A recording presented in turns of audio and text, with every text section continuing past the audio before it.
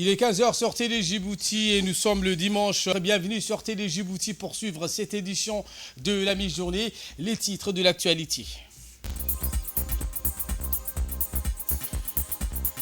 Le chef de l'État Ismaël Omar Guelleh a quitté ce dimanche matin le pays à destination de la capitale chinoise à Pékin pour prendre part au 9e sommet du Forum de la coopération sino-africaine. Dans l'actualité internationale, les opérations israéliennes font 20 morts dans la Cisjordanie. Voilà pour les sommaires. Merci si vous nous rejoignez sur Télé Djibouti. Le président Guelleh en route vers Pékin.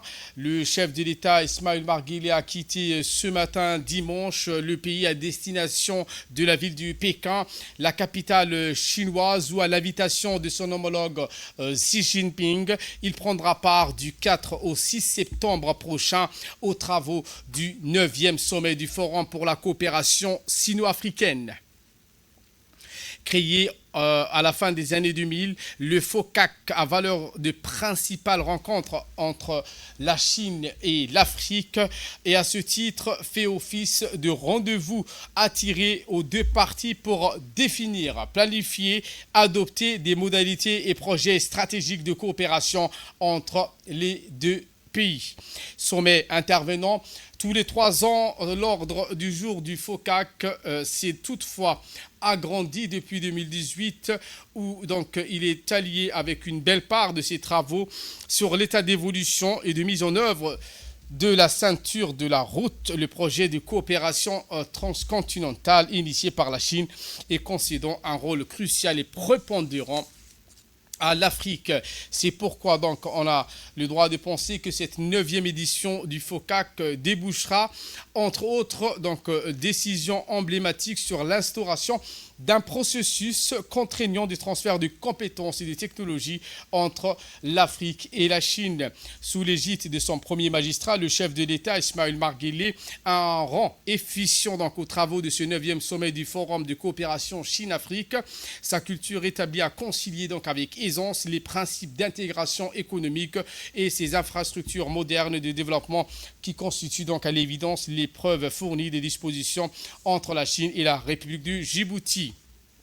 Dans le cadre de ce déplacement en Chine, le président Guelleh est accompagné d'une importante délégation comprenant entre autres le ministre de l'économie et des finances chargé de l'industrie Ilyas Moussa Dawalé, le chef de la diplomatie djiboutienne et plusieurs autres ambassadeurs prendra part donc à ce sommet. Soutien unanime à la candidature de Mahmoud Ali Youssouf pour la présidence de la Commission de l'Union africaine. Résolution adoptée lors de la 50e session du Conseil des ministres de l'Organisation de la coopération islamique, l'OCI, lors de ces 50e session du Conseil des ministres des chefs de la diplomatie des pays de l'OCI, qui s'est tenue donc à Yaoundé, capitale de la République du Cameroun, du 29 au 30 août. Les ministres ont examiné les thèmes centraux, développement des infrastructures de transport et de communication dans le cadre de l'Organisation de la coopération islamique, un outil majeur dans la lutte contre la pauvreté et l'insécurité. Au terme de la rencontre, les ministres ont adopté à l'unanimité une résolution visant à soutenir la candidature de Mahmoud Ali Youssouf, ministre des Affaires étrangères et de la coopération internationale de la République du Djibouti, pour le poste de président de la Commission de l'Union africaine pour la période 2025-2029. Le ministre des Affaires musulmanes et des biens Waqf Moumen Hassan Barre a présidé ce matin à la salle de conférence de l'hôtel Sheraton une cérémonie de lancement de formation scientifique pour les imams, les prédicateurs et les étudiants à Djibouti, organisée également par l'attaché des religieux de l'ambassade saoudienne à Djibouti. Ont assisté à l'événement l'ambassadeur de l'Arabie saoudite à Djibouti, Faisal Ben Sultan Al-Qabani, l'attaché religieux par intérim, Mohamed Al-Shaybani, le directeur de l'Institut islamique de Djibouti, M. Salah Al-Shahiri, le directeur de l'école saoudienne, Dr Hassan Al-Shahiri, le directeur général de l'Institut de la modération et de la culture de la paix, M. Al-Salih Ahmed Abdallah, et le président de la haute comité des fatwas, Cheikh Abdurrahim Mohamed Ali. Cette session scientifique se déroulera pendant 3 jours dans la salle de conférence, donc au centre Salam pour la formation de la recherche et les consultations et sera animée par le cheikh Khalid Ben Abdullah et cheikh Hamoud Ben Saïd. Le ministre des Affaires musulmanes et des biens Waqf, donc M. Moumin Hassan Barri, qui a pris la parole, a prononcé un discours lors de l'ouverture de l'événement, exprimant sa grande satisfaction d'avoir parrainé donc à cette occasion cet événement précieux. Il a chaleureusement accueilli les participants, en particulier les invités de Djibouti en provenance du Royaume d'Arabie Saoudite, notamment les éminents savants qui dirigeront cette formation scientifique. Monsieur Barri a attiré l'attention sur la rencontre avec son homologue saoudien, le cheikh Dr Abdul Latif Ben Abdul Aziz Al-Sheikh, à la Mecque lors de cette 9e congrès des ministres de Waqf et des affaires islamiques des pays musulmans, sous le haut patronage de Sa Majesté le Roi, intitulé Le rôle des ministères des affaires islamiques et de Waqf dans la promotion des principes de modération et l'ancrage des valeurs de modération. Les recommandations du congrès ont souligné, a-t-il affirmé, le renforcement de cette coopération et la coordination entre les ministères des Affaires islamiques dans les pays musulmans. Le ministre Barri donc, a également souligné que dans le contexte de transformation idéologique que traverse la communauté musulmane, Djibouti, sous l'impulsion du chef de l'État Ismaël Marguelé, a pris l'initiative de créer un institut qui s'appelle Al-Wasatiyya de la culture et de la paix, inauguré donc en mars 2023. Le ministre a indiqué que cet institut reflète l'engagement de Djibouti à promouvoir la culture de la paix et de la coexistence au sein de la communauté. L'actualité de ce 15h, c'est aussi le ministre du Commerce, ou sous la direction du Commerce donc extérieur, qui a lancé, qui a lancé ce matin la deuxième phase du recensement général de tous les points de vente afin de disposer de façon exhaustive les données détaillées de tous les points de vente. À cet effet, les agents et contrôleurs du ministère ont sillonné presque le centre-ville, notamment aux alentours de la mosquée Al-Hamoudi. La dernière opération du genre a été organisée l'an dernier et a ciblé essentiellement donc le centre-ville. Cette deuxième phase de recensement général des points de vente a pour objectif de fournir chaque point de vente une fiche d'identification avec un code QR. Ces missions permettent également de vérifier le respect des prix des produits de première nécessité. Le directeur du commerce interne, M. Abdi Farah, a réagi sur le micro de la radio-télévision de Djibouti.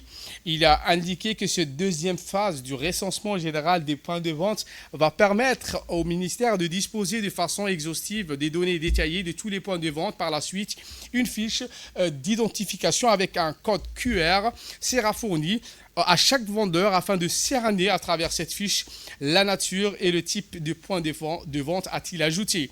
Le directeur a mis en garde aux commerçants, des détaillants et grossistes de respecter également les prix de produits de première nécessité homologués par le ministère du Commerce. Le Cité Nassib a clôturé hier ses activités sportives, donc à travers 3 finales de diverses disciplines telles que le foot, le hand, le basket. Cette année, donc, cette cérémonie s'est distinguée avec l'introduction de nouvelles disciplines, le Vovinam, un art martial vietnamien. L'événement a rassemblé de nombreux participants, familles et amis, dans une ambiance festive et conviviale. L'animatrice du complexe sportif donc, a joué un rôle central dans l'organisation de cet événement. Elle a salué les efforts de tous les participants avant de la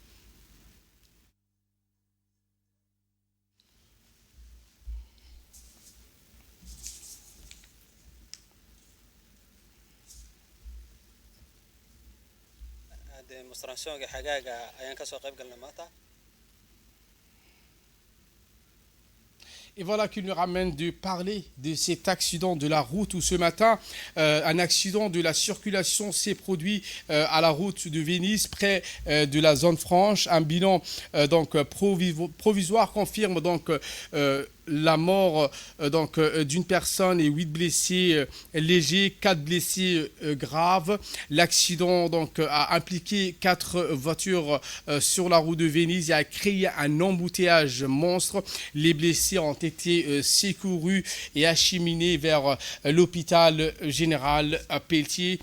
Nous prions le Tout-Puissant de le soigner le plus rapidement possible. Également dans l'actualité internationale au Soudan, le nord et l'est toujours frappés par les inondations. Près de 130 000 Soudanais sont affectés par des inondations qui touchent principalement le nord-est du pays.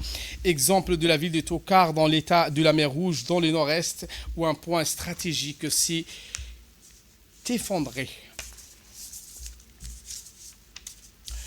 Je vous le disais en titre, ces opérations israéliennes en Cisjordanie occupées où 20 Palestiniens ont péri. Le Hamas a condamné ce vendredi ces offensives militaires actuelles menées par l'État sioniste en Cisjordanie. Le mouvement palestinien décrivant comme faisant partie d'une stratégie plus vaste visant à s'emparer des terres palestiniennes après avoir expulsé de force leurs habitants. Les tensions sont vives à travers la Cisjordanie occupée en raison de l'offensive israélienne brutale dans la bande de Gaza qui a tué plus de 40 000 Palestiniens, principalement malheureusement des femmes et des enfants depuis le 7 octobre dernier. Au moins 673 Palestiniens ont été tués, près de 5 004 autres blessés et plus de 10 300 arrêtés dans la Cisjordanie occupée selon les chiffres palestiniens. Le bilan des victimes dans la bande de Gaza a augmenté où près de 40 000 tués et 89 Palestiniens durant les derniers jours tués par l'armée israélienne. C'est ce qu'a rapporté ce week-end le ministère de la Santé de Gaza. L'offensive de l'État sioniste incessante qui se poursuit depuis le 7 octobre 2023 a également fait 94 060 blessés selon le ministère. Les forces israéliennes ont tué 89 personnes et ont blessé 205 autres lors de 5 massacres contre des familles au cours des dernières 48 heures. Voilà pour l'essentiel de ce 15h. Merci de votre fidélité. Restez avec nous. Le programme continue sur Télé Djibouti.